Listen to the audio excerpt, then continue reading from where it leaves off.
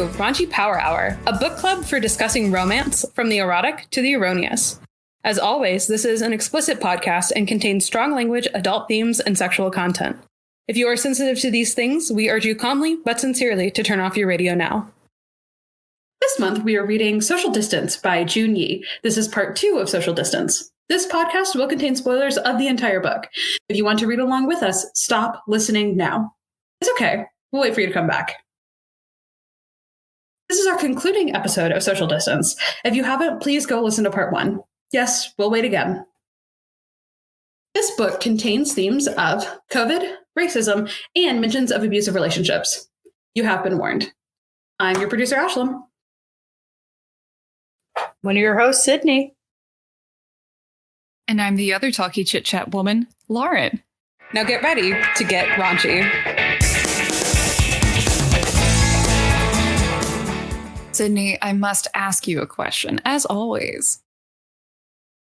And I will try and come up with a good answer. If you contracted a nasty little cold that kept you bedridden for multiple days at a time, and you had a friends with benefits buddy that was interested in bringing you sick goodies, what would you request of them? I would request some pho, because that is literally one of my favorite comfort soups of all time. And I would request socially some socially distanced sexy photos. I don't know. A follow-up question, but I think this specific scenario warrants one. Please describe what a sexy social distance picture is. No idea. I guess it would just be a normal photo, wouldn't it?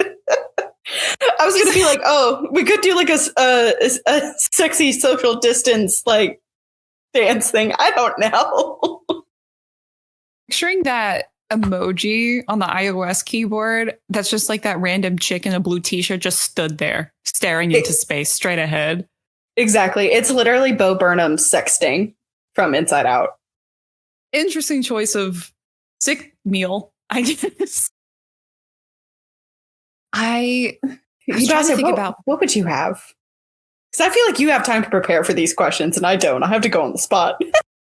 You know, normally I do. That one took me for a bit of a loop. I'm not going to lie. I think based on some empirical evidence that we have collected as of, 2 hours ago, I would say not soup with Havarti cheese in it.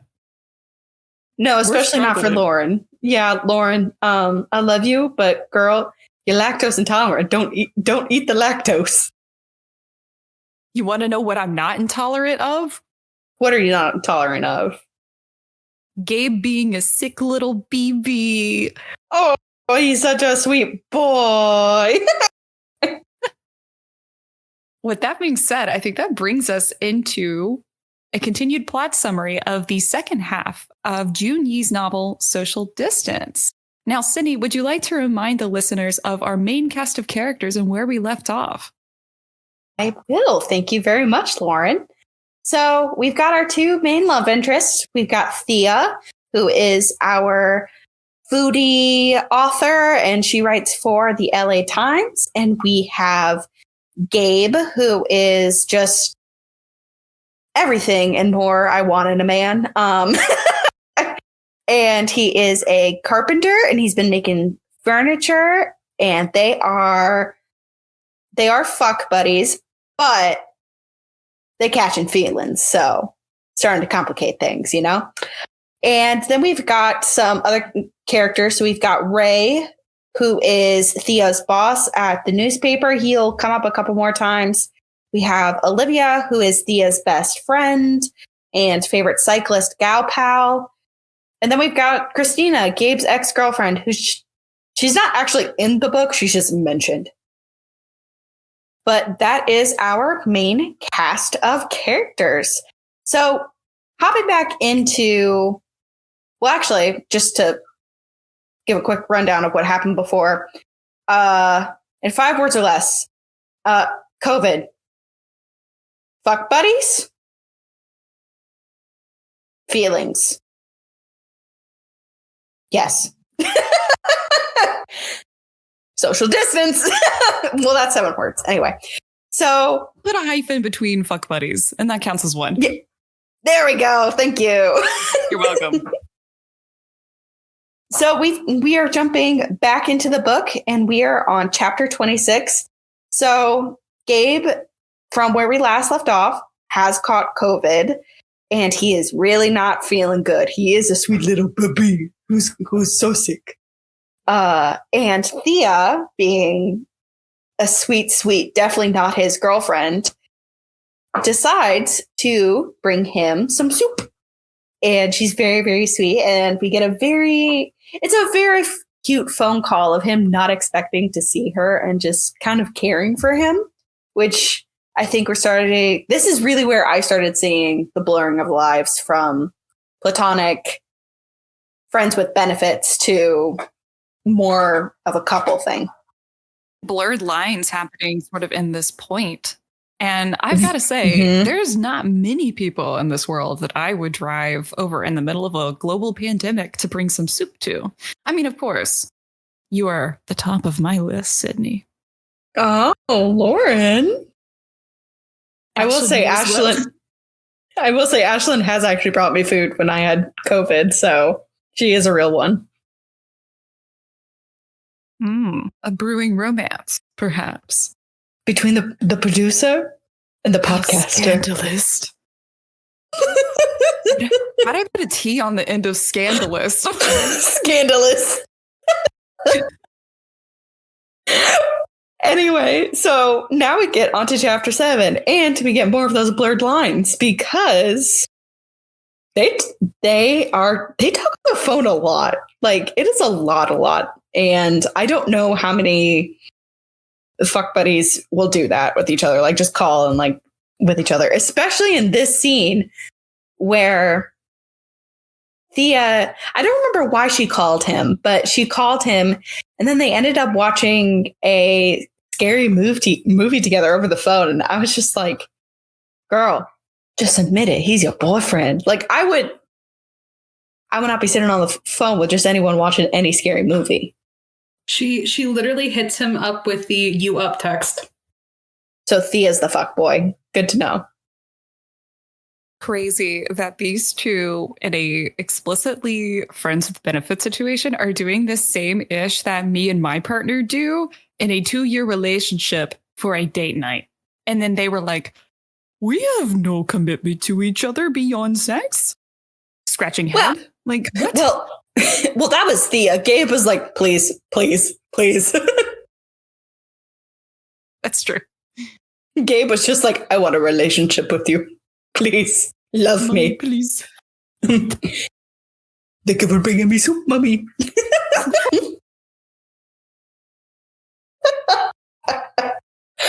And then chapter 29, more domestic stuff, because Gabe has invited Thea over for a home cooked meal, which is the first time he's ever invited her over, and she is freaking out.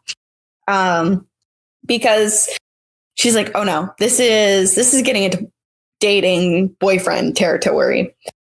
And at this point in the book, we don't know why Thea is so against dating and being hesitant with dating, which we will soon realize in these next couple chapters. But it was very strange to not like fully understand why she didn't want to like have a home cooked meal with him. But at the same time, like I get it, you know? Lauren, what did you think about this? Up until this point, Thea has repeatedly, whether it was to Olivia or sort of in an internal monologue, she's repeated that she is not a dateable person. She is resistant to the idea of commitment. As we said in the last episode, her friend refers to her as commitment phobic. And so while she's been saying a lot of how she's commitment phobic, and her actions also do reflect it, we haven't gotten that background piece. We don't know why she's commitment phobic, if this is just something about her personality, or if there was something in her past that caused this woman to be adverse to relationships.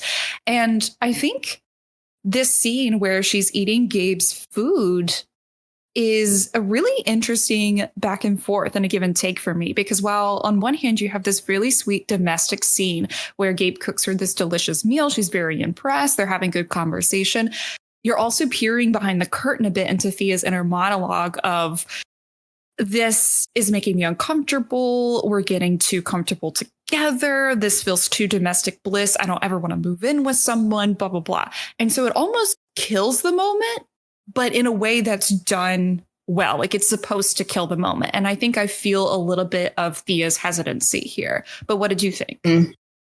I also thought I could feel Thea's hesitancy. And it's very interesting because I think a lot of it was her hiding her insecurities and what had happened to her in her past. Behind this wall of being like, well, it's just because we're in COVID and he doesn't have anybody else around and I don't either. Like, she literally uses the phrase like, when the COVID bubble pops, basically, that they will not be able to do this anymore. So I think she was kind of hiding behind that to then not realize her own feelings for Gabe, like trying to force her feelings not to be there and suppress them. True. She was definitely, now that I think about it, you bring up that quote about the COVID bubble, very much puts into perspective her using the pandemic almost as an excuse for this distance she's putting between them, both physically but also emotionally. And while, yes, we're starting to see that she is a little bit kind of scared of their dynamic changing, especially with how worried she was when he got COVID, and one day the possibility of this being over, it is interesting that there's this constant battle in her mind at this point. And I don't know. I was very intrigued at this point to see where it was going to go. And really in chapter 3, this is kind of chapter 30. Sorry. I don't know why I said 3. We are quite far ahead from 3. But in chapter 30, this kind of all comes to a head. And we learn a few things about Thea, because she kind of spaces and create space in between Gabe and her in the way of like not communicating with him, which was unlike her. And he was getting worried, which I think is very interesting to see. Like, it's very interesting to see like Thea's point of view, obviously, but it's also interesting to see that she kind of hides and she likes to hide behind things, and then how those actions then affect Gabe or another person. And she was really worried he would kind of like be mad at her because she kind of took that, which I would be, especially like, I understand that they are not in a relationship, but there's like this basic communication, which would be nice to go, hey, I'm going to go right for a couple days. I'm going to be off grid kind of thing, you know? But what really kind of, poor Gabe is such a simp and I love him. But when he said, Thea, I will always have time for you, I was kicking my little footsies in the air. I was just like, ooh, because I don't know why, but that gets my little heart happy. And you're sensing this tension kind of starting to grow between them that wasn't there before, because of Thea's kind of like fears and Gabe not 100% understanding where it's coming from. It's a little, I will say this chapter almost threw me a little bit and kind of shapes how I view Thea for almost the remainder of this novel. Because up until this point, we've been told and shown that Thea is fiercely independent. Again, I'm going to keep saying it, commitment phobic. And while that's all fine and good, I feel like this is the first time you could say and physically see Thea actually being quote unquote undateable. Because like you said, yes, they're not in a committed relationship of any type at this point. They've already set up the precedent of texting every day, of hooking up a couple of times a week. And this has been months at this point. And I mean, Olivia Yeah, and Olivia even pointed it out to Thea at one point, being like, dude, he's basically your boyfriend without the title. You guys literally watched a scary movie together over the phone. Like, that's not something you would just do with someone you're casually having sex with. Exactly. And so even though they haven't placed that label on it, like you said, there's already this assumption that they are sort of an item in that way. And that, especially for someone that is a full-time writer like Thea, and maybe that's a gross assumption of everybody who writes. I don't know. I just write fan fiction because I'm a freak. But for folks that write on a regular occurrence, my natural assumption would be to have at least some level of like decent communication skills. And so the fact that she just chose to ghost him and then proceeded to be worried that he would be mad at her. And I remember in this chapter, Gabe almost like walked on eggshells throughout this interaction because he kept saying things like, this feels like a test. This feels like I'm supposed to respond positively to this, even though I am angry, even though I wanted her to text me and it was selfish of her to do this. And then he never verbally expresses that. And she seems happy and content by that. To me, this was the first time where my opinion of Thea started to shift a little bit. Because while I can absolutely 100% respect and understand wanting to create separation and not getting too close to people, I think there still needs to be that boundary of respect. And I feel like in a sense, she kind of just got away with it because he never asked her or pressed really for an apology of any kind. Because like you said, like he is a simp. And it was very cute. I love that quote, Thea, I always have time for you. But at the same time, I had this underlying current of, I kind of want an apology. This would piss me off if I were in Gabe's shoes.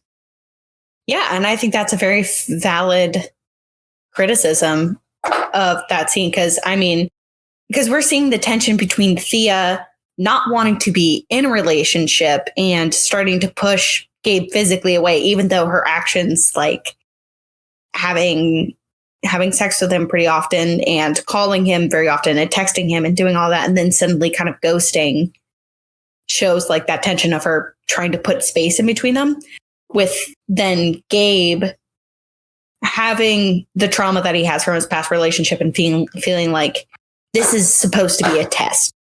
And it definitely feels very early relationship first fight-esque, like leading into that. Like they just haven't built that good communication yet. Mm-hmm. Yeah. And I was definitely hoping at this point that they would return to this conversation and start building on that communication. But I guess we'll see, won't we? Yeah, well, I mean, they kind of do they kind of do, but they kind of don't, because then Gabe decides to try and give Thea a spare key. And for lack of better words, Thea freaks the fuck out. Like she freaks. Like she is so cold and so like just isolating herself from Gabe. But she tells him point blank that she doesn't want it. Why would she want it? Why would she ever come there if he wasn't there? Which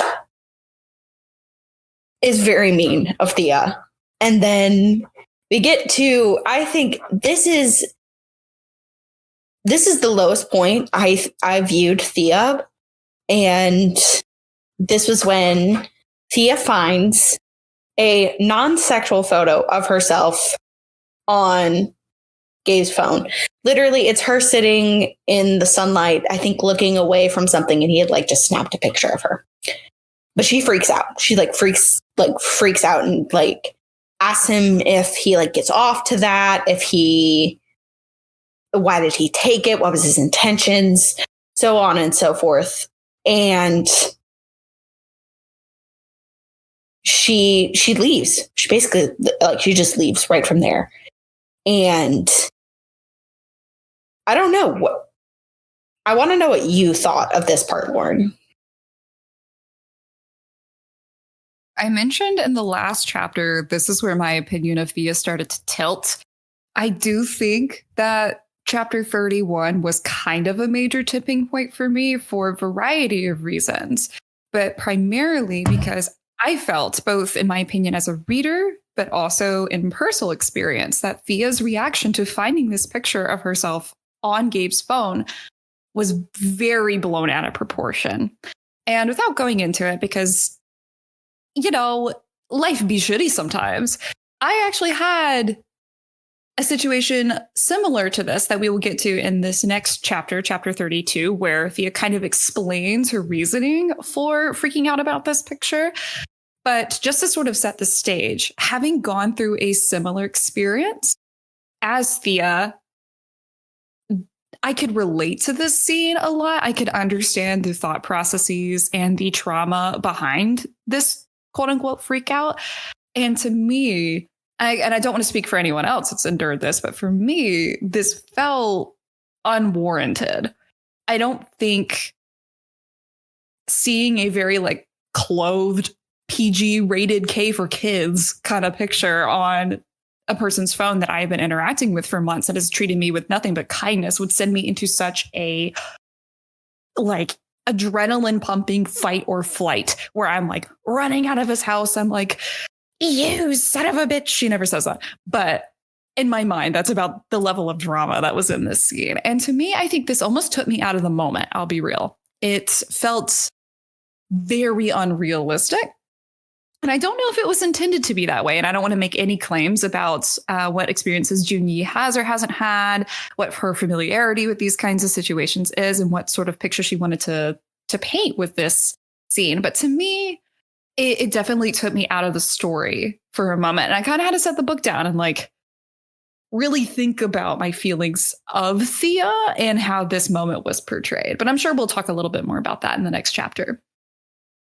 I think we will too. So let's hop into kind of that next chapter, and then I'll kind of go over how I was feeling throughout this whole kind of series of events. So in chapter 32, Thea recognizes that she had kind of a blown up reaction while talking to her friend Olivia. And we find out that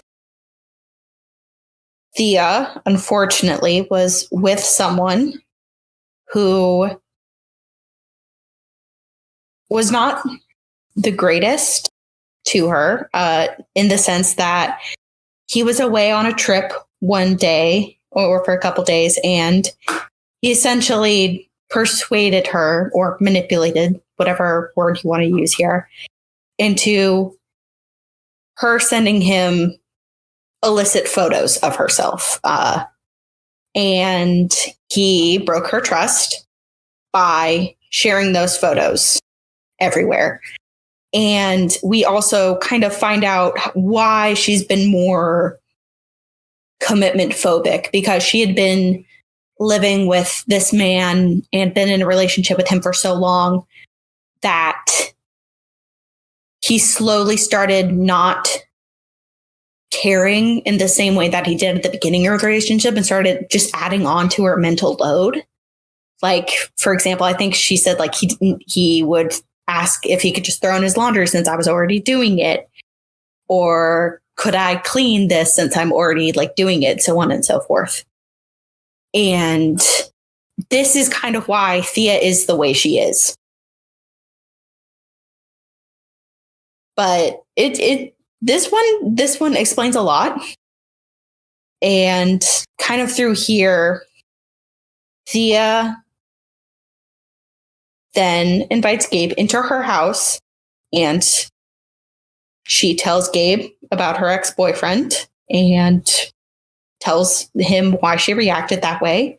And honestly, I think the way Gabe kind of handled the situation and handled that information was very mature of him.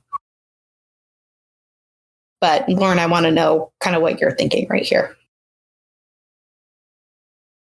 Yeah, I mean, I am glad that Thea, in what I assume in the timeline of the novel, we're never really given explicitly like how long has transpired, I don't think, but in a seemingly short amount of time, had the foresight to kind of calm down, realize that Gabe probably didn't have bad intentions, but even if he did, it was worth having a mature and adult conversation about it. I was happy to see that, because I felt, and I still feel like her reaction from a couple chapters ago was very unwarranted and blown out of proportion. I also agree that Gabe's response was very well done.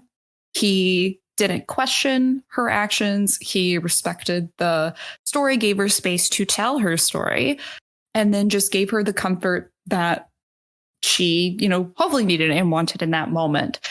I think the only reservation that I had about this scene was, and again, this kind of loops back to earlier when I was wanting Gabe to push for an apology from Thea for ghosting in those couple of days. I still feel like there's a certain point where a bad event in your past, a trauma, mental illness, anything like that should not excuse bad or poor behavior. And again, I'm only speaking on the situation because I have come from it. So I don't want to make claims about any other kind of traumas or abusive relationship dynamics. But I feel like her reaction was unwarranted. It very clearly hurt Gabe's feelings. He describes himself as being like broken up about it, feeling awful, really scared of what he did to Thea. And I think while it's very sweet and respectful of him to sort of like write that off and be okay with that reaction and moving forward with a new understanding between them, I do feel like at this point he's let her gotten away twice now with objectively not great behavior or communication. And I feel regardless of the situation, Thea was being unfair to Gabe. And it just, at the end of the day, I was a little bit sad that she didn't acknowledge that. At least, I mean, she did in part, but she didn't really fully apologize. She never apologized for her actions. And I wanted to hear what you thought about that, Sydney. I can. So kind of what I'm going to say is I think trauma manifests in a lot of different ways. And I cannot speak on this particular type of trauma but I think it's been hinted at throughout the rest of the book that Thea doesn't have any photos of herself online either. And I think once we kind of think of that, it's somewhat rash. I'm saying somewhat because I do believe the reaction that she had was a little much, but I think her fear of photography and the reason she avoids it so much came from that trauma. So the fact that he just had one is very scary to her, for like her photo to be posted all over the internet because of that fear she had with that ex-partner. And I agree, though, that your reaction, that's not the best wording. At a certain point, trauma, mental illness cannot excuse bad behavior. And I also wish at this point Thea apologized to Gabe, because I think he deserved one. But I think her way of apology was by explaining.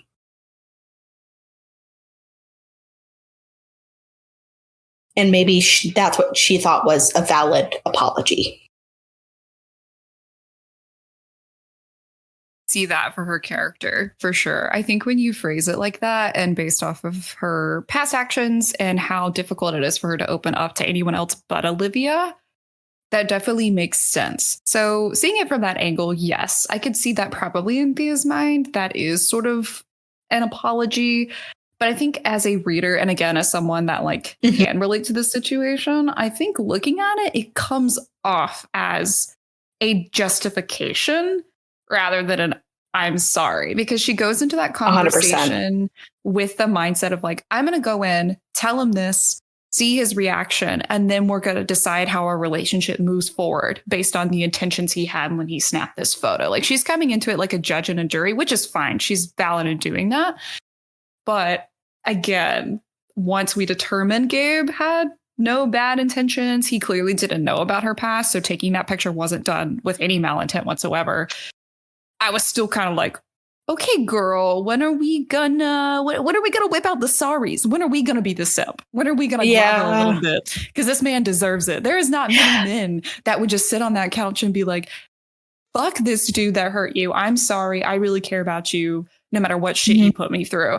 And for her not to be like on her knees, Like, I'm sorry, Gabe. You're so hot. You're so sexy. Give me your tootsies. I was a little pissed. No tootsies. No tootsies. Lauren, this isn't a foot fetish podcast. I'm going to turn it into one. Just you wait. Mark my No. I agree. Because I think at one point, because I think before that serious conversation she had with Gabe, he literally tells her, he goes, the reason I took the photo was because, and the reason I have it is because I miss you. Like when I can't see you every day. And I was like, oh, okay. Man's a sweetheart. He's a simp.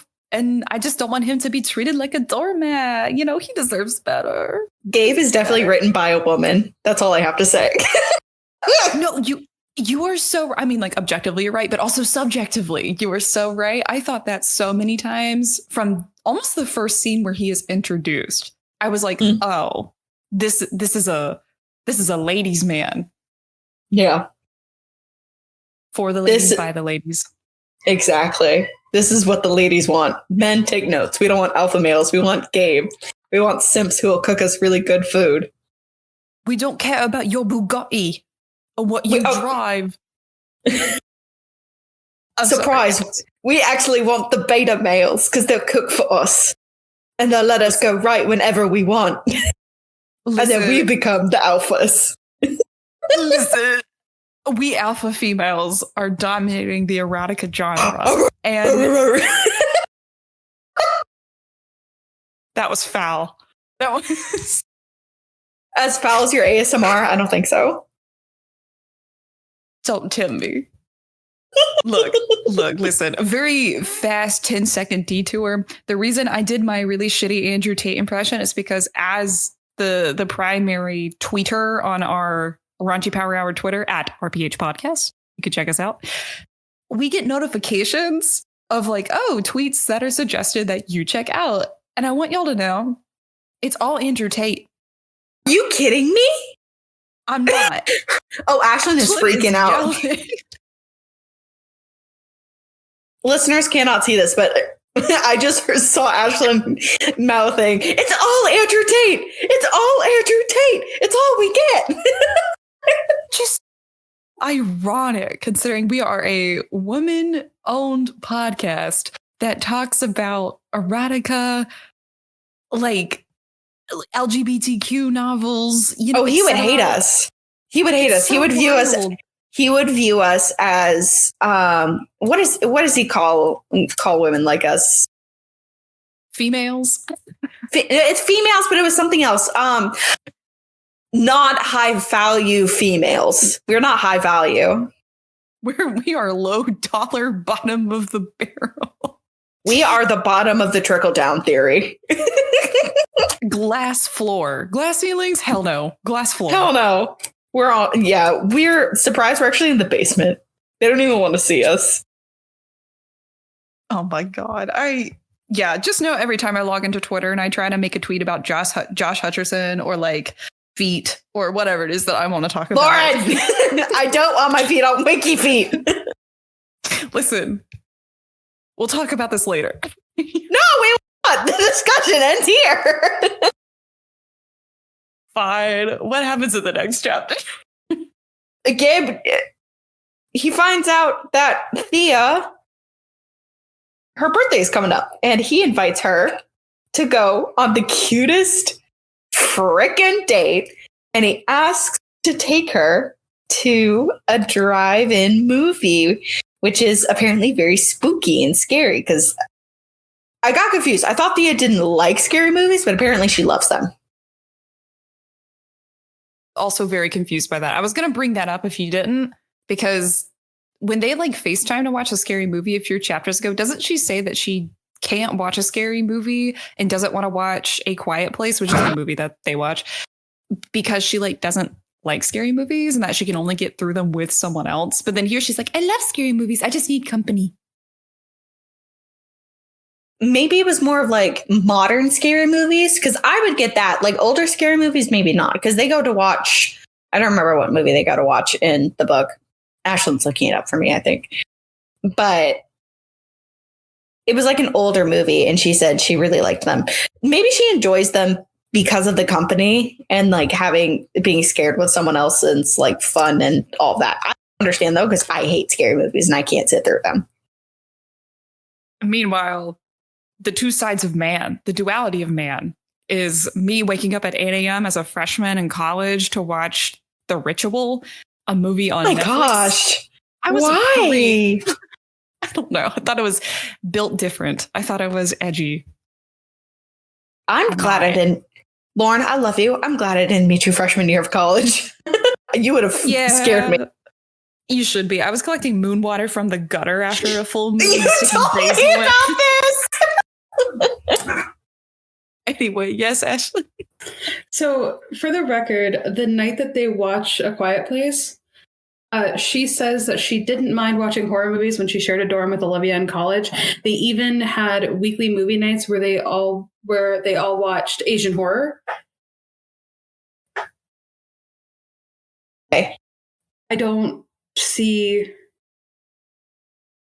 Yeah. And please hold for the movie that they watch when they go out. You're all good. I guess I just got confused with the wording. That may have just been me. No, I felt similarly. I will say, I think because she was so nervous to watch A Quiet Place, and then her only qualifying statement was like, I don't mind scary movies. To me, I just made that leap and was like, oh, she doesn't like them. Check. Noted. Check. Good. Noted. Because that's what you say when you politely tell people you don't want to watch a scary movie. You'd be like, well, I wouldn't mind that, but I would prefer. You were exactly right. That's exactly the language I would use to give my best impression and try to sound like we have common interests with the hot boy who wants to FaceTime me. That's exactly what I would say. I use that on my current partner. I think at one point be like, well, I don't know if I want to watch this, but I'm interested, but I would prefer. And now straight up now I'm just like, no, that's stupid. I don't want to watch that. That's so valid. I've been with him for 3.5 years, so it's fine. I was about to try and do the Five Nights at Freddy's, the kids, yay! Yes, Ashley. It is the Japanese version of The Ring. It's even scarier. Yeah, that's that movie's a scary one. As shit. He is a I've never seen it because, again, don't like horror movies. Scaredy Cat McGee over here. But I believe it's from the late 90s. And from my knowledge, the Japanese version of The Ring is vastly more scary than the Americanized version from the early 2000s. Oh, hi. Sorry, my cats are having a ball and playing. So if you hear meowing, it's because my older cat is beating up my younger one. Anyway, yeah, I mean, just to clarify, I don't like scary movies in the sense that I couldn't get past the second Harry Potter movie until I was 11 years old, until I was 12 or 11 years old, because the basilisk thing, when it would slither through and it would, oh my God, it scared the shit out of me. And that film's rated PG. For pretty ghastly, pretty ghoulish, paranormal gerfuffle. Yes. Hey, we've got the chapter where they actually go to the movies. And this is definitely not a date. Definitely not a date. Nope. They're just friends. And they go to the movies, and it's so cute throughout the entire thing. Gabe's really trying not to have a boner, and Thea's also trying to not, because Thea was the one who said, this is just a friends thing. This is just a friends thing. And Gabe really tried to make it just a friends thing.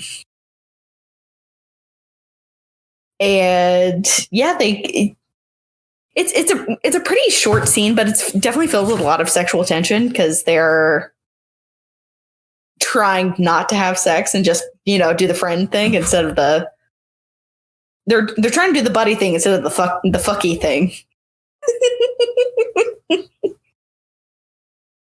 They're implementing the F in the FWB. Yes, exactly. And so they go home, and Gabe takes Thea home, and she's actually kind of confused because she was like, "Oh, I thought we were going to take it to his place so we could have sex." And he's like, "Bye, bud." Like, he just drops her off, and she was like, "Oh, okay." And then we get to chapter 35, where Thea gets her sexy revenge.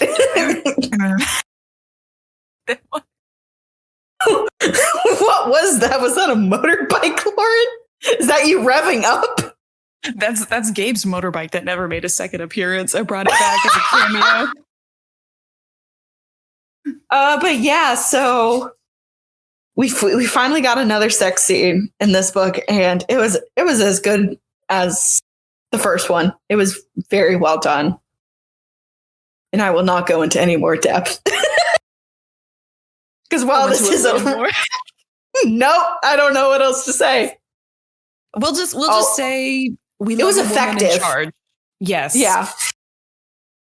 It did the thing it was written to do.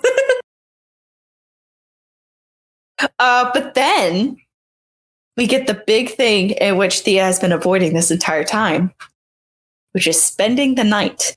If you remember last time, listeners, Thea had very clear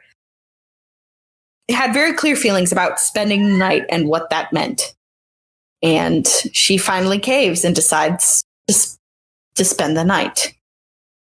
So, Lauren, I kind of want to know what you felt like, how you felt about the build up to this chapter. Like, did you like the insistence of like a platonic date to then lead, like to increase like sexual tension between the two characters to this chapter? I did. I liked it a lot because I read a lot of fan fiction, and I love the sharing one bed tag so much it hurts. We all know there's only one bed and somebody's got to share it. And I think the teasing, in all seriousness, was done really well in the previous chapters. Like, it genuinely felt like a build-up. And even though this took place over the course of 3 chapters, I want to say, it didn't feel disjointed. It felt very cohesive. It started very cute and platonic. The date was lovely. Then Gabe was getting a little frisky with it. And then Thea's frustrations were like, oh, she's taking back and revoking her platonic ruling. Okay, that's interesting. And then the next chapter just opens with bam, like she's like knocking down his door. And it was great. I really did love this scene. Probably one of my favorites in the entire book. Not for the reasons you think, you freaky deekies. I don't know. That's not a word. Little raunchy rascals. You raunchy rascals. Thank you. That's better than freaky deaky. But hey, also listeners, comment down below if you like raunchy rascals or if you want a different nickname. I mean, we don't have many followers yet, but hopefully in the future we will. Comment down below. We know there's one of you from, was it Belgium? We have a very loyal listener from Belgium. And if that's you, we love you dearly. We see you. We hear you. Let us know if you're a raunchy rascal. So many kisses. Kisses from Ashlyn. Yes. But yeah, in summary, I loved this scene. Again, one of my favorite scenes in the whole novel. And the whole focus on spending the night at the end, her resistance to it up until this point almost felt like, what's the word? Almost like a fishing line. You cast a fishing line out to reel a fish in, but the fish is only like nibbling at the bait. And you keep like drawing it in. It's coming in empty-handed. I've never fished before. You can tell. Lauren, where did this fishing analogy come from? You're not a fishing kind of gal. Deep in my yeehaw roots, in my fantasies. I watch Lauren, King of the Hill. I was about to say, is the King of the Hill part of this, or is this all Georgia? Now, Bobby, it's time to go fishing. And that fishing is spending the night in the bed. And I thought it was great. What about you, Sydney? I was just about to do the Bobby impression of Yay! Anyway, I thought this build up, it was so good. I really enjoyed it.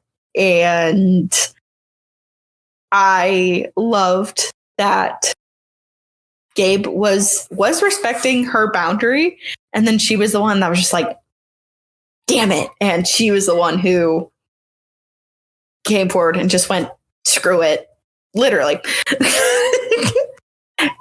So I really thought this buildup was really, really well done. And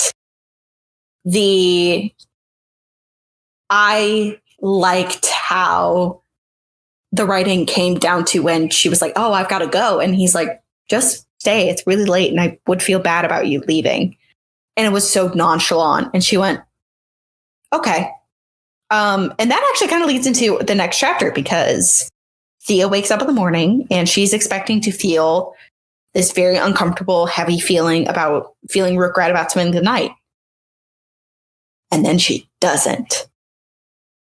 And she actually feels comfortable in this space. And I think that speaks to how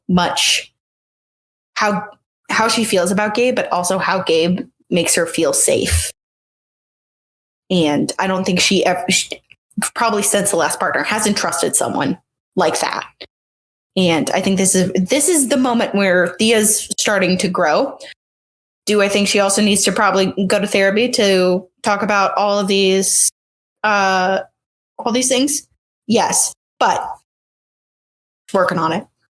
But Gabe decides to make her some breakfast, and then she finds out that she has to go to a little work function that used to be this big deal, but her coworker got COVID and now she has to go, and she feels uncomfortable, and Gabe actually offers to go with her as her +1, and she agrees. She goes, yeah, come on.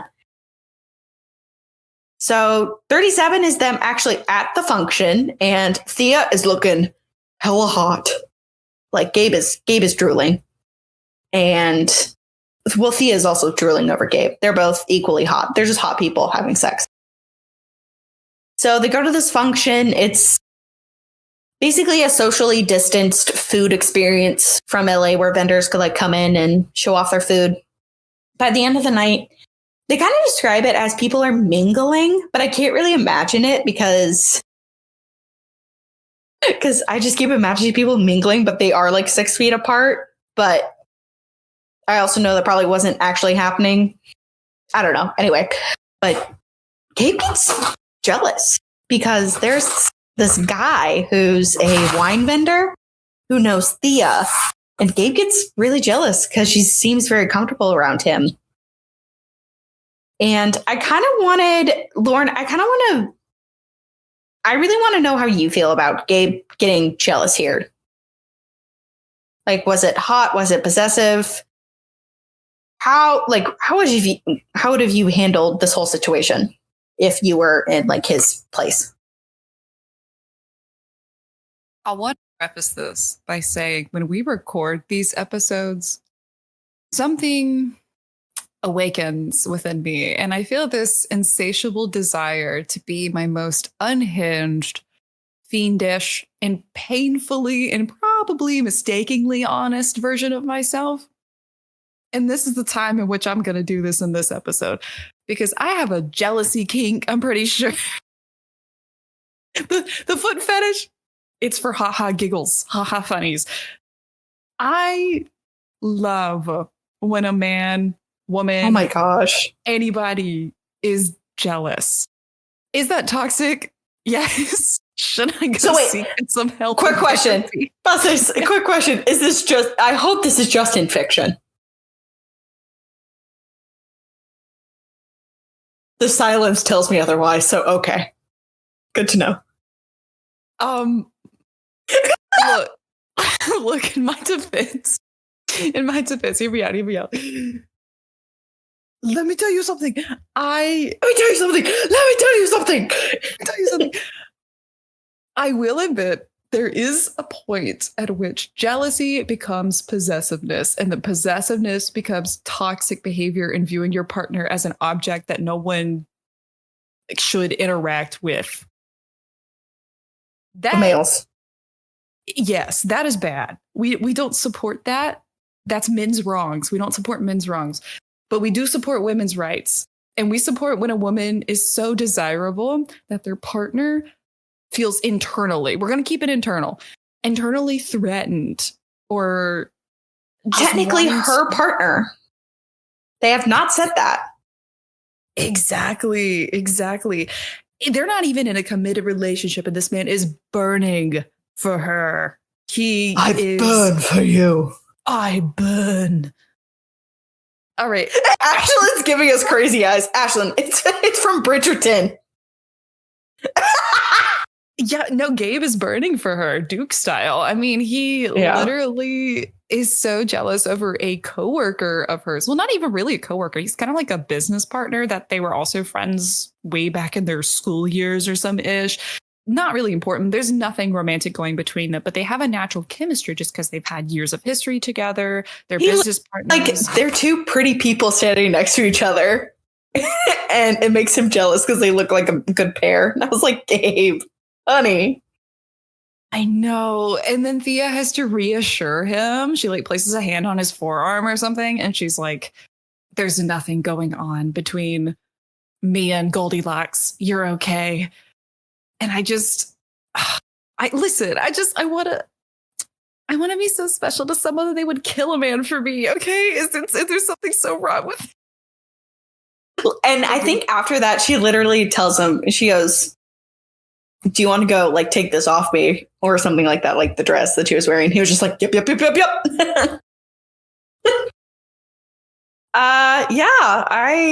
I can agree with that.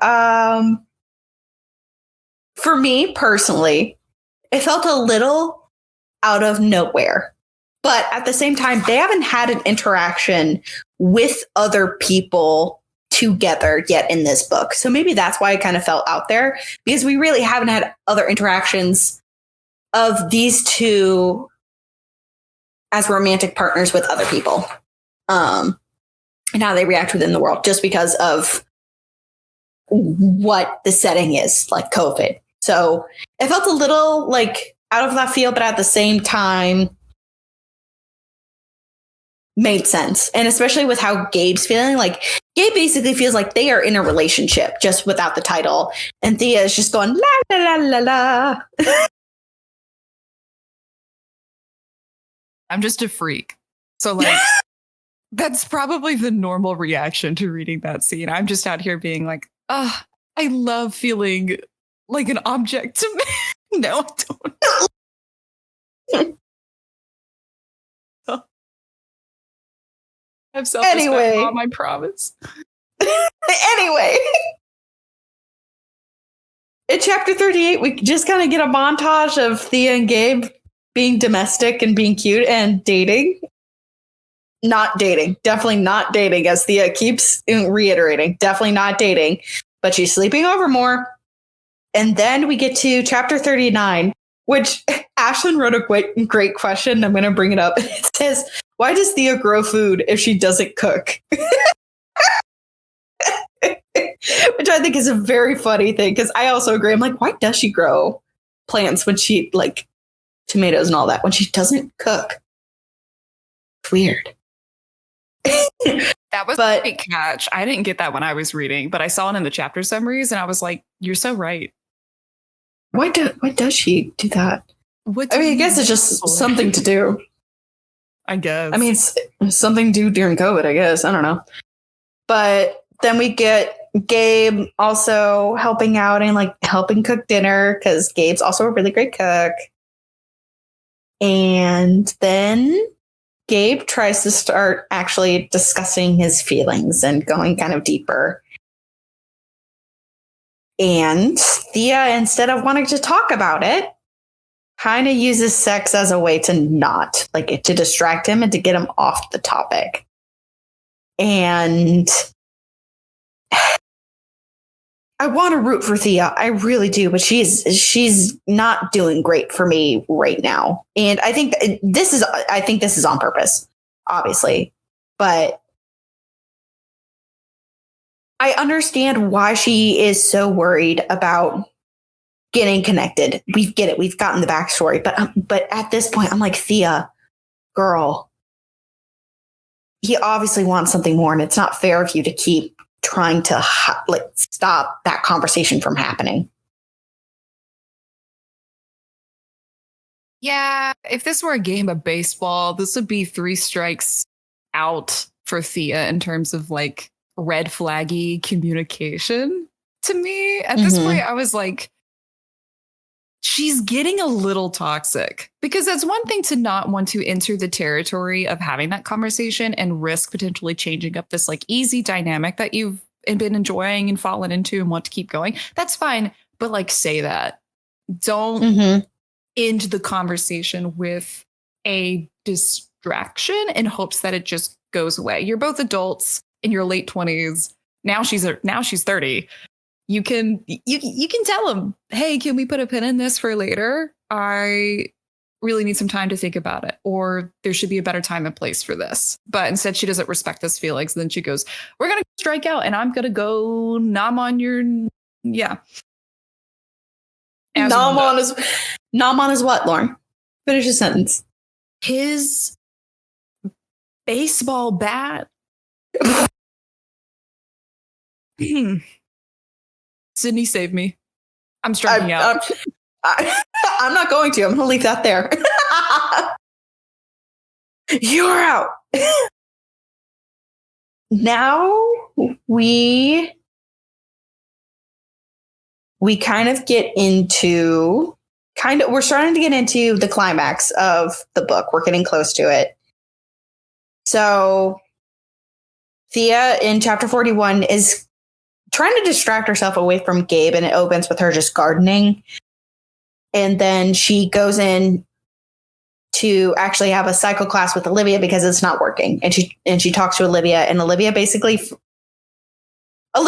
her voice of reason. It is her rational brain talking to her. And it's just like, girl, you are like in a relationship, or you need to tell him, like, you're obviously leading him on, kind of thing. And then in 42, this one kind of broke my heart a bit because I knew what was coming. Gabe realizes that he misses Thea. Like, he's missing her when they can't hang out and be together. And he realizes that he loves her. And I am skipping over a huge part. I'm skipping over chapter 40, which is actually the climax of this book, personally. And that is when, because Thea didn't discuss her feelings with Gabe, and Gabe wasn't able to express some feelings, Gabe has made room in his home for Thea, in the sense like he moved books from his bookshelves, and he actually made her a chair so that she could sit in and write in his backyard. And he also left a toothbrush for her to use whenever she's over. And she completely, like, just emotionally shuts down. She ends things there. And Gabe is in shock. He doesn't understand. And it's a heartbreaking. I'll be honest. Rom-coms follow a pattern. Typically, you'll get the couple together and they'll be doing their thing. They'll be doing their montage thing. And then something happens where they're starting to be more domestic. And then there's that conflict right before the climax where the characters have to get back together to get again. And I knew that was coming. For some reason, it really hit here for me personally. And I want to know what your reaction to this climax kind of was, Lauren. Yeah. Well, rising to the climax, never mind. True. A couple chapters ago, we were playing baseball. Now we're playing football. Thea just got carded and she's out of the game. Like, again, just kind of reiterating what I said before, it's okay to not want Gabe to build these spaces for you within his life. It's okay to be a little alarmed, a little freaked out, a little hesitant about him building this chair, about him having a toothbrush, and very obviously trying to progress your relationship and your significance in his life. There are ways to communicate that. Yeah. There are ways to be respectful of the time and the effort that he has made to crafting this chair and for setting aside these spaces. And what she ends up doing instead, in my opinion, can best be described as like volatile and just painfully and ignorantly abrupt. Like, I mean, Sydney was not exaggerating when she says like she just ends it then and there and then walks out like with no explanation. And Gabe is just left standing in the living room or the kitchen, just being like, what did I do wrong? He doesn't even know what he did wrong, which is so disrespectful and heartbreaking. Right. And again, all of this building up throughout the second half of the novel, to me, just made me feel like she, and I say this because Gabe starts to actually think this. He starts to internalize this pattern in his head. She really is using him in a sense. While that's not her conscious intention, it's what it's being read as both by readers like me and Gabe. And there's just no, I feel like there's just no consideration for him and his feelings in this. And I was genuinely, I was mad. I was really mad about this. What do you think? I was upset at her. Yeah, because I was just like, girl, you actively didn't want to discuss your feelings. So it's hard for me to feel sympathy for Thea because he wasn't able to communicate his feelings because she actively is trying not to have those discussions. She was then shocked. She then kind of caused her own shock when he revealed all these things to her. You know? And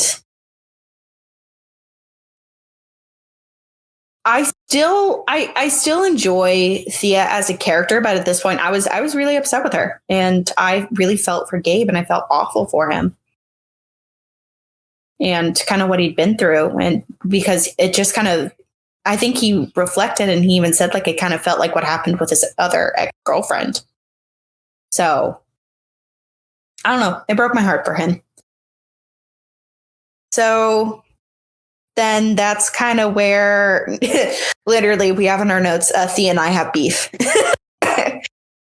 And Thea tries to distract herself by gardening. So we're going back to what I said before, but yeah, she's now gardening to distract herself from Gabe. And then she hops on the bicycle to try to sweat out her sadness or something. That's not how that works. But Olivia kind of talks to her and gives her the voice of reason.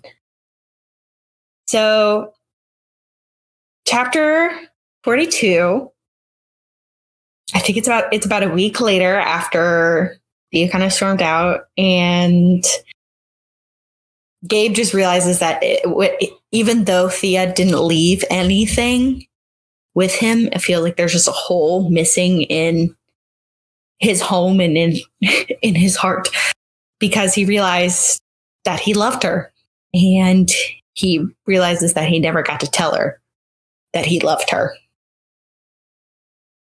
And it broke my heart. I was very sad. I was also very sad to the point where, and Ashley and Sydney know this, but listeners, as a quick little disclaimer for my transgressions, I was so infuriated with Thea at this point in the novel that I actively decided to skim. And the word skim here is a very generous word. The remainder of the chapters until like the last two, because I did not want to go through the AO3 miscommunication tag. It's one of my least favorite tags to see in a fan fiction. And this was that. I did not want to go through that for several chapters. And so I just have no thoughts, and we'll be experiencing these last few chapters pretty much for the first time, as you all will. So, Sydney, bring me home.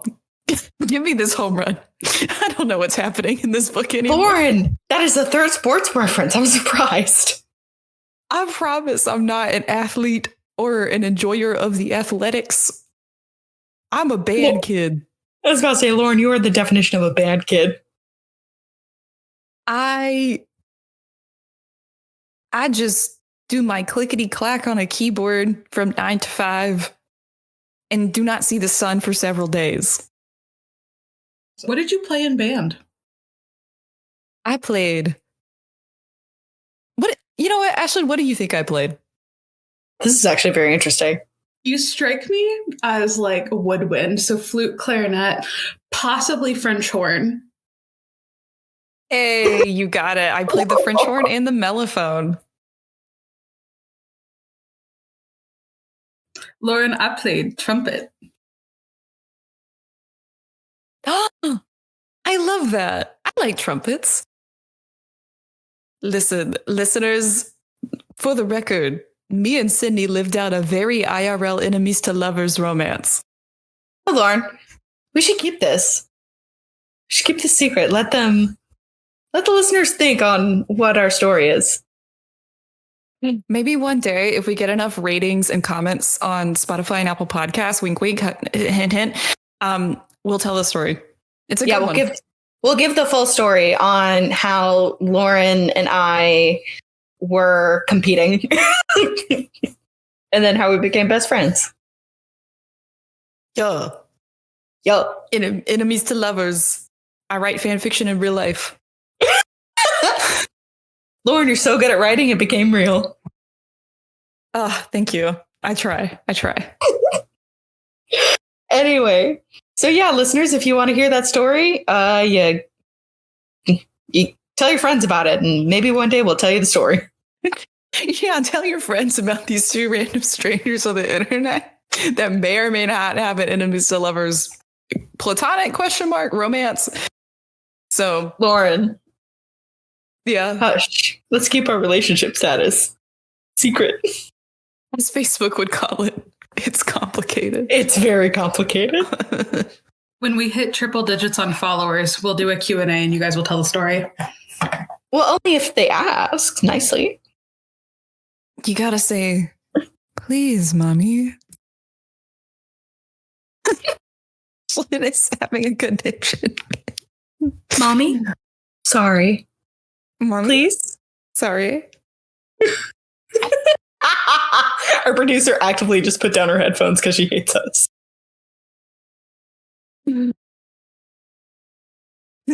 Anyway, before I get fired from this podcast I don't get paid for, let's move on to the next chapter. The only person who gets paid here is Craig, and he's the bot that records our audio.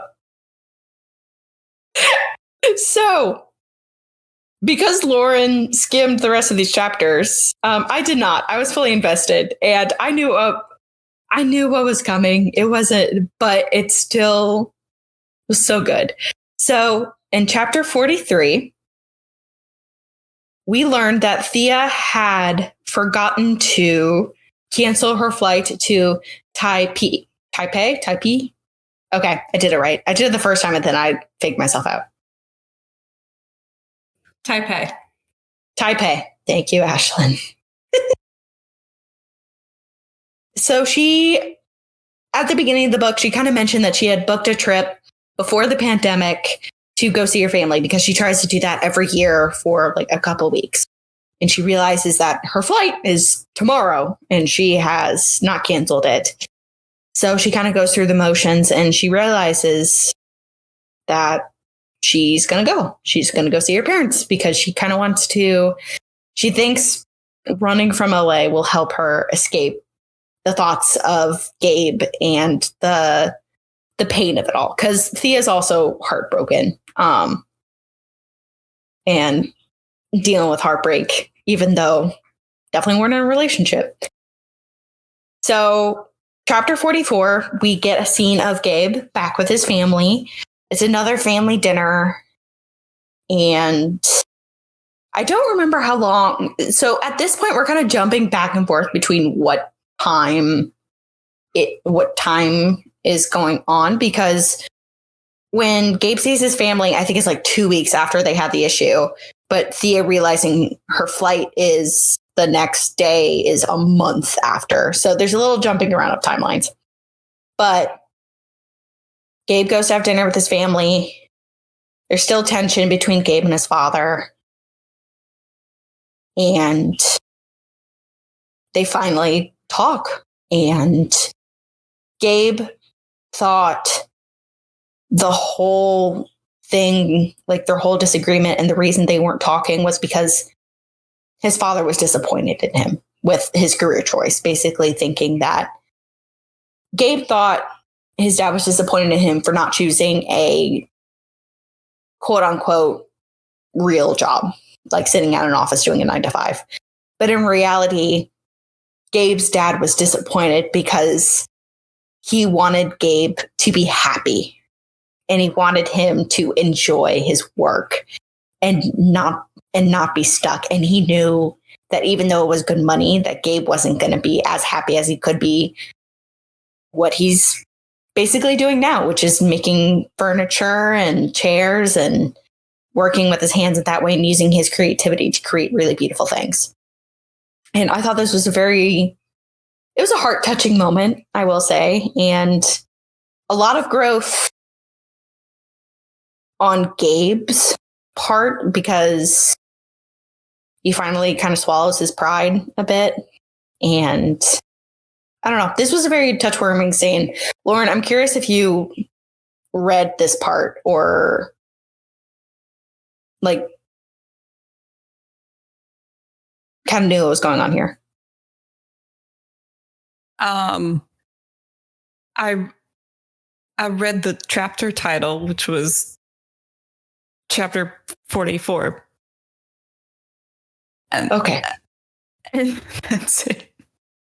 I will say you missed out.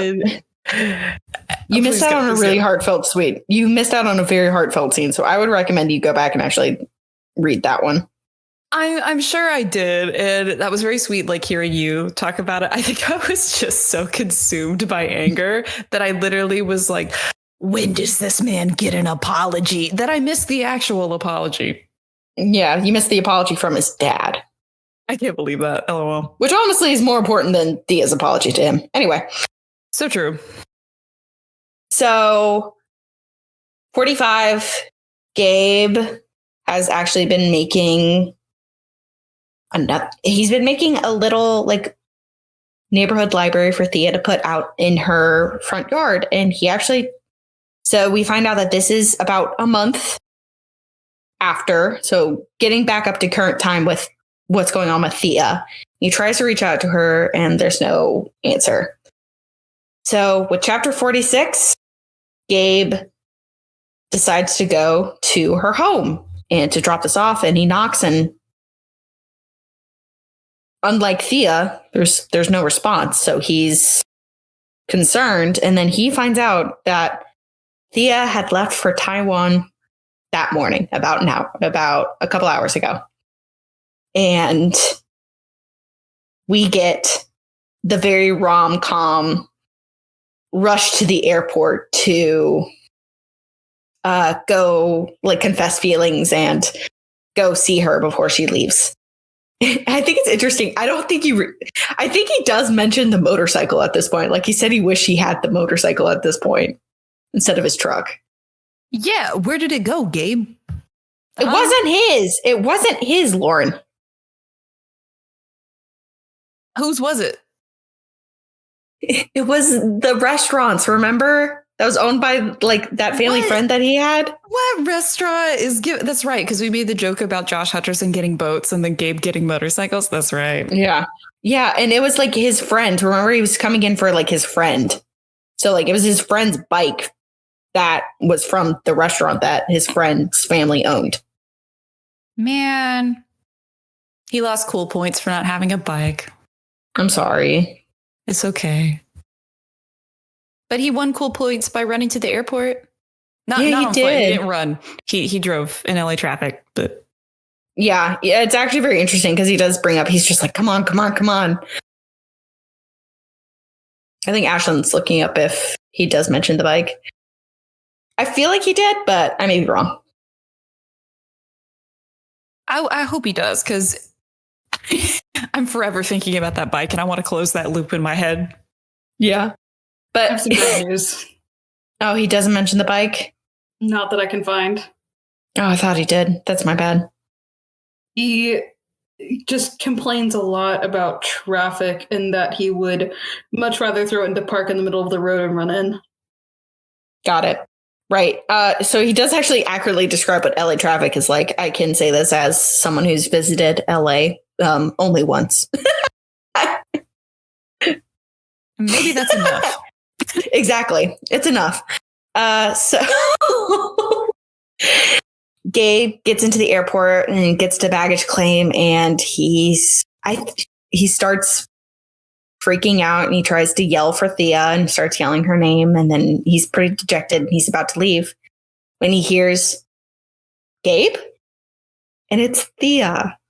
And he turns around and he's like, I thought you were meant to be on your flight. And she says, I couldn't leave because of all the unresolved stuff between us.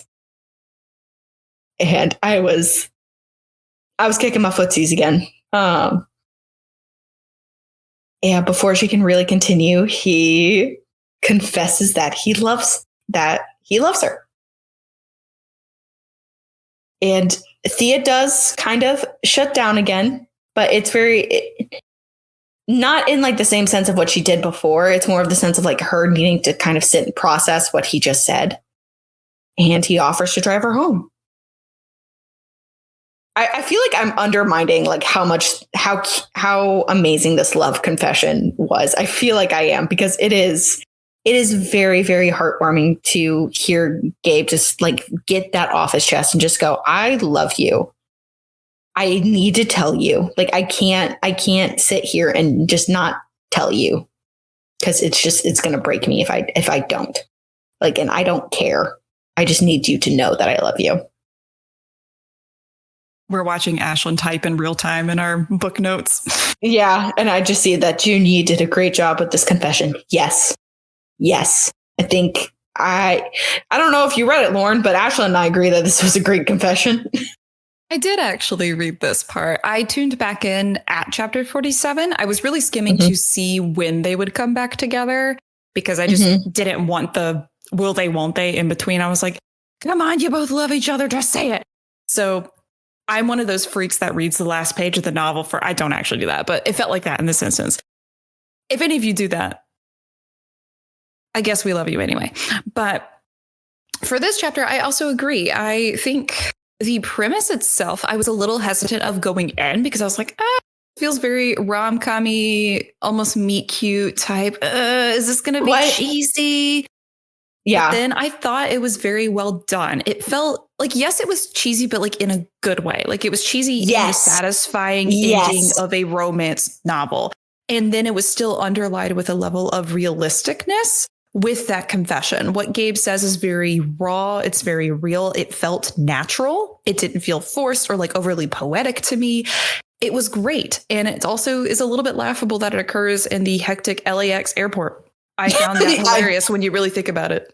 It's probably like in the background, he's like, I love you, Thea. You're my one and only. He doesn't say that, but you're my one and only. And then like someone's like bangs into his calf with a suitcase. He's like, oh fuck, sorry. Yeah, it's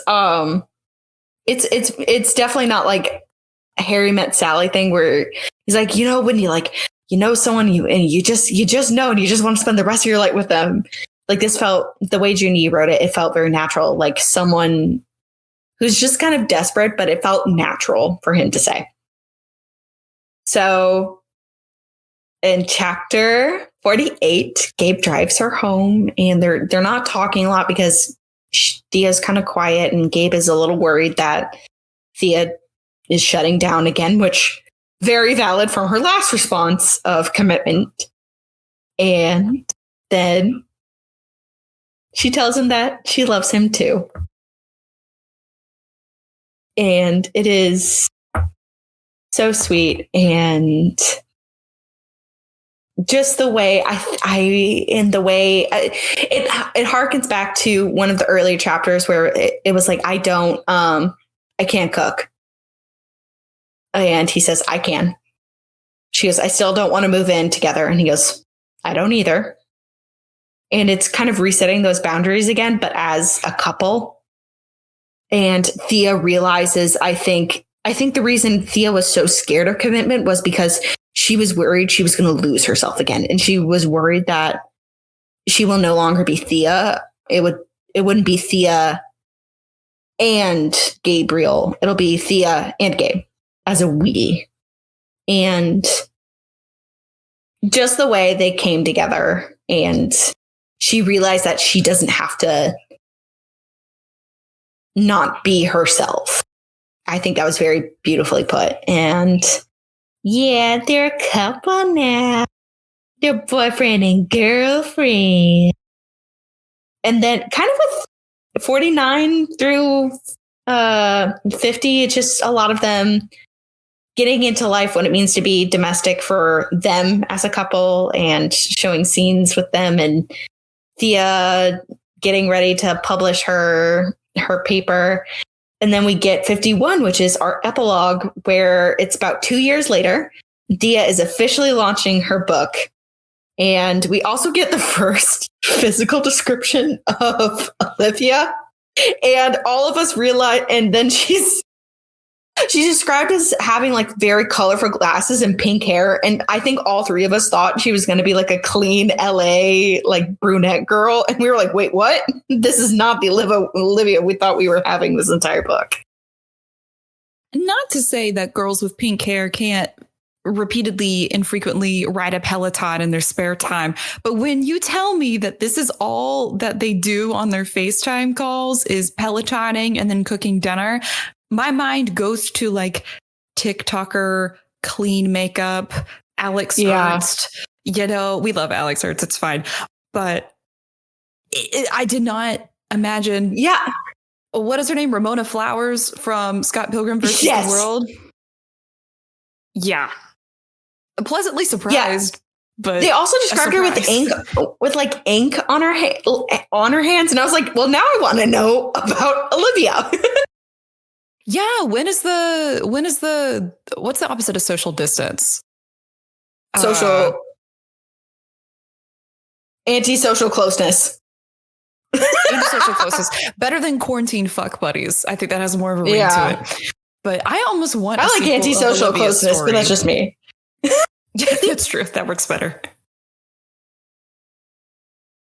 But yeah, and then that is the end of Social Distance by Jun Yi.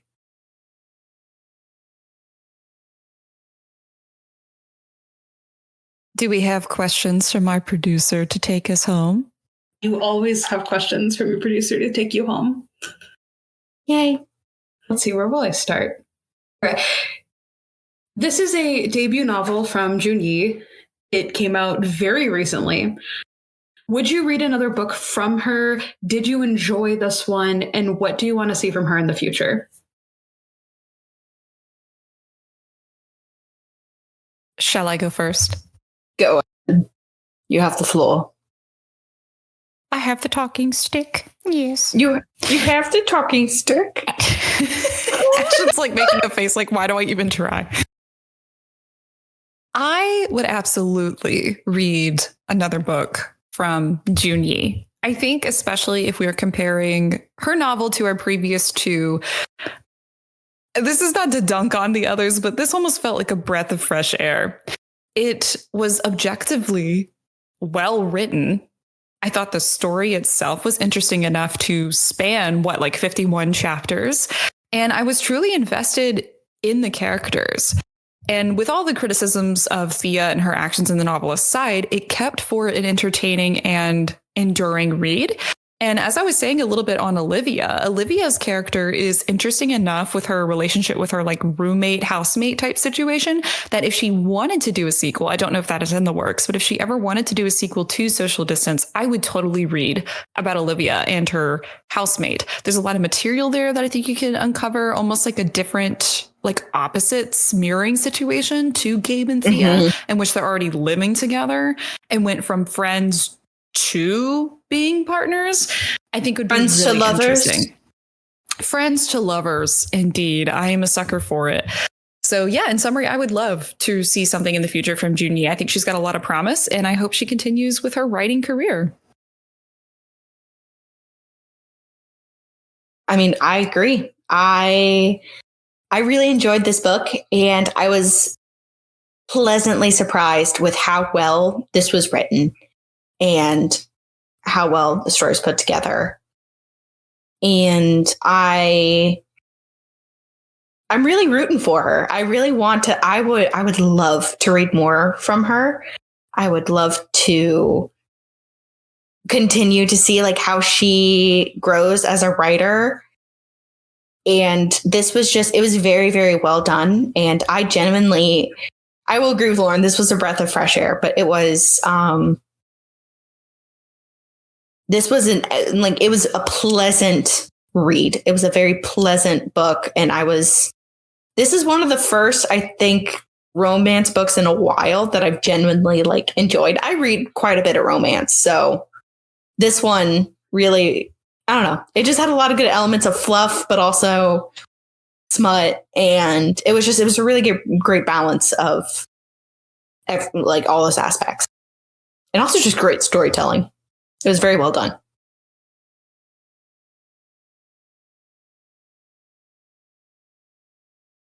Did you enjoy the ending of the book?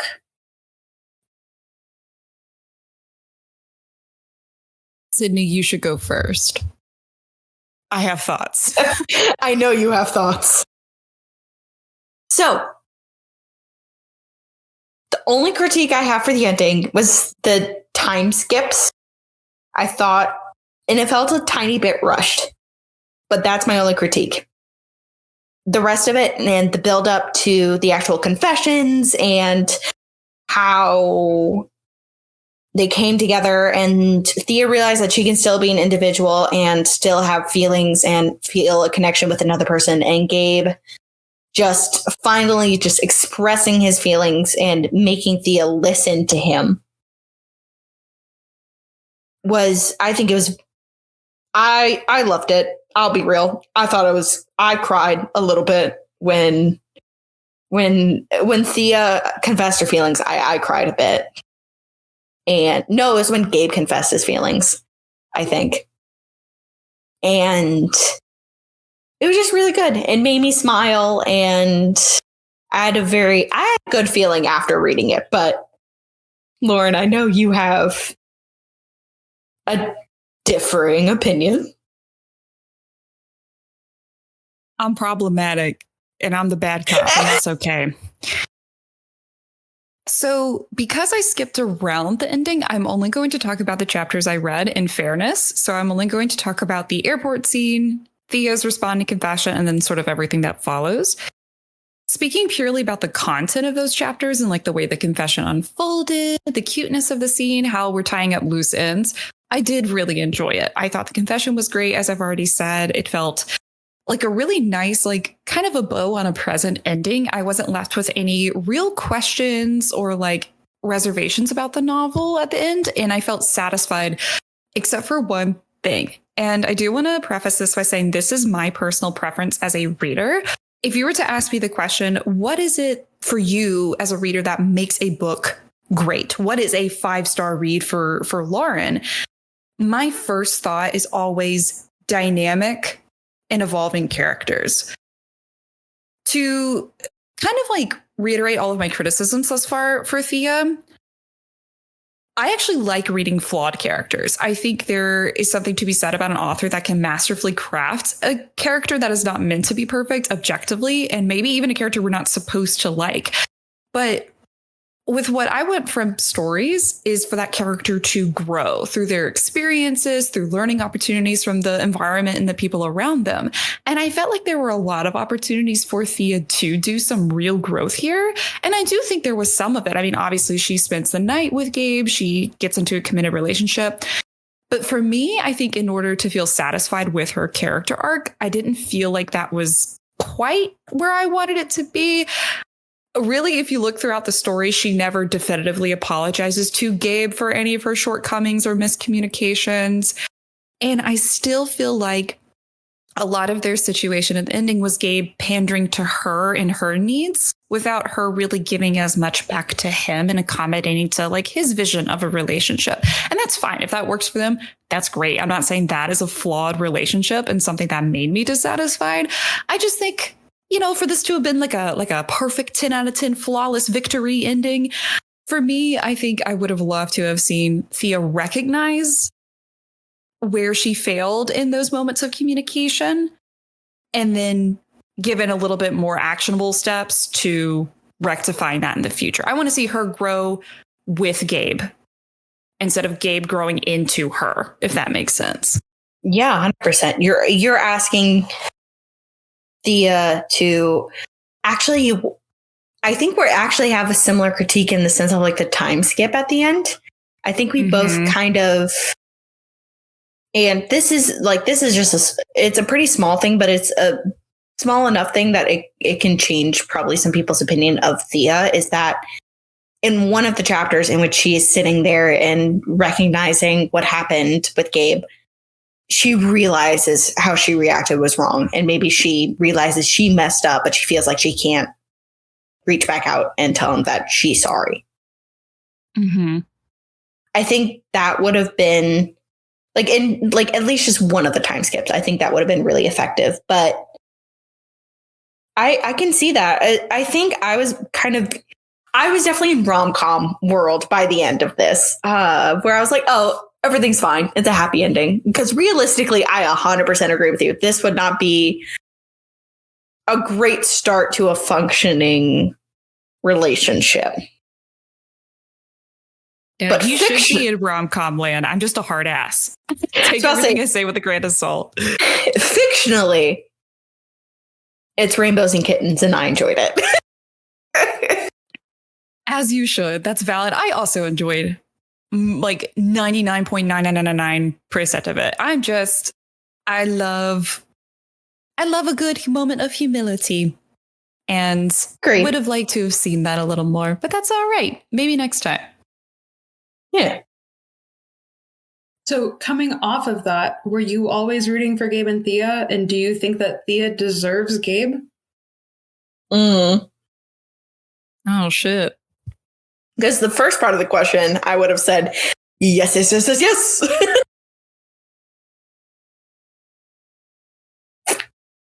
Does anyone deserve Gabe? I think that's the better question. You're so right. You're so right. We made so many jokes about him being a simp and being written by a woman, all of which are very true. I do think he bent a little bit too far to accommodate Thea at times, as I've already said. I don't want to beat that horse. But in that sense, I think you're right. Nobody deserves Gabe. Gabe deserves Gabe. Gabe deserves Gabe. Gabe deserves how Gabe feels towards Thea. But maybe that's more of like a feminine like urge to kind of like maybe like put that stigma on the head instead of the woman conforming to the man in these modern romance books. Now it's more of the masculine presenting person is more more flexible to the feminine. And this is also just in straight like heterosexual relationships. And I know this doesn't necessarily apply to LGBTQ relationships. Do you feel like there should have been more interactions with side characters during the course of the book? We see Adrian a couple of times. We see Olivia a little bit more. But for the most part, it is always Thea and Gabe. Here, can I actually take this one first, Lauren? Please do. So I have an interesting thought about this that I realized through the book. I would like more character interactions in the sense of like maybe little text throughout the day from like Olivia to Thea, or I really wanted more from Adrian. I wish he wasn't just like, I'm here to pick up my dog, and then he just kind of disappears for the rest of the book, or more interactions between Gabe and his sister, like text messages or like calls or something like that. Anyway, but their interactions make sense because of the fact that they are dealing with COVID, because it's isolating. So it feels isolated in the book with it just being Thea and Gabe. So while I would want more character interactions just to like build out those characters to be a little more three-dimensional, I understand why they're not as included. Like if this were a traditional rom-com book. Fully agree with that. I think now that you've said that, honestly, that changes my answer a little bit, because I think the infrequency with which we see Adrian and Olivia almost kind of further emphasizes the COVID-19 pandemic, the shutdowns, like not having access to those people. And yeah, I also agree. I totally would have loved a cheeky little text exchange. I got a text from Olivia, but I think there's almost like a weird charm to that, in that we feel almost isolated with Gabe and Thea. Although I will say, I actually would have loved to see more flashbacks of Gabe's relationship with Christina, his ex-girlfriend, because he makes a few references to her throughout the novel and kind of like alludes to the fact that he is the way he is because of his toxic relationship with her in the past. I want to see more of it. I want to know where Gabe, like what has shaped his preferences in Thea, what he has done since then to improve and to become a better partner. Because I think at one point he even mentions that he wasn't a fair partner to Christine because of like his hectic work schedule, things like that. I would love to delve into Gabe as a character a little more. We see a lot of Thea and her inner monologue. Would love to see Gabe's. I'm also just thirsty for that, man. Again, who deserves Gabe? Gabe. Now Team Gabe. we're Team Gabe all the way. Team Gabe. So before we get into your fun little rating out of 5, I do have some housekeeping stuff I want to go over. Right now, listeners, you may have noticed that we are off by a week because of the Tipsy Fanfic Night episode that went up. So both episodes of Social Distance will go up April and then in May. And then it will be followed by our trope breaking. So another bonus episode for you guys, just so you know, and we'll be back on schedule after that. We have decided to read One Last Stop by Casey McQuiston for our June read. Very excited about that. Sydney is so happy. It's been on our TBR for over a year now. And with that, I ask you both, what is your rating on a scale of 1 to 5 of Junie's Social Distance? Question, is this going to be like Goodreads in which we can only rate in whole number increments? Or is this a lawless land? Lawless. Okay.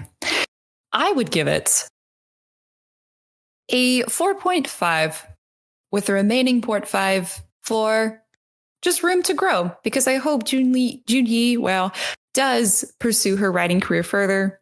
And obviously, nobody's perfect the first time around. And I fully believe in her potential to be even better the next time and look forward to seeing what she puts out there. See, I give it 5 stars out of 5 stars. If I could do 6, because, 6 feet social distance, I would. Ashlyn is giving me such a face. You can't see my face, but I'm giving you the same. I know. I'm a punny gal. What can I say? I give it a 5 stars because as a debut book, this, and while yes, there is, obviously we all can learn and grow and become better at what we choose to do. I think she really kind of knocked it out of the park, and I genuinely enjoyed it. And I think this is actually my first 5 stars of this year. That is very high praise. And yeah, I'm just really glad we got the opportunity to read this novel. But we hope you also enjoyed it as well, listeners. Yes, I really hope you guys enjoyed it. And please send some love to Junyi or pick up her book and let us know what you guys think. And again, just a message out to Junyi. We enjoyed your book and you were amazing. We all love from the Raunchy Power Hour podcast, and we can't wait to read whatever you do in the future. But that's all for us today, you raunchy rascals. So we will see you next time. Bye-bye. See you later. Bye-bye. Join us next episode where we will read part 1 of One Last Stop by Casey McQuiston. Thank you for tuning in to this episode of the Raunchy Power Hour. Find us on Instagram and Twitter at the RPH Podcast. Send us book recs to our email, raunchypowerhour@gmail.com, or at the link in our bio on any of our socials. As always, stay raunchy.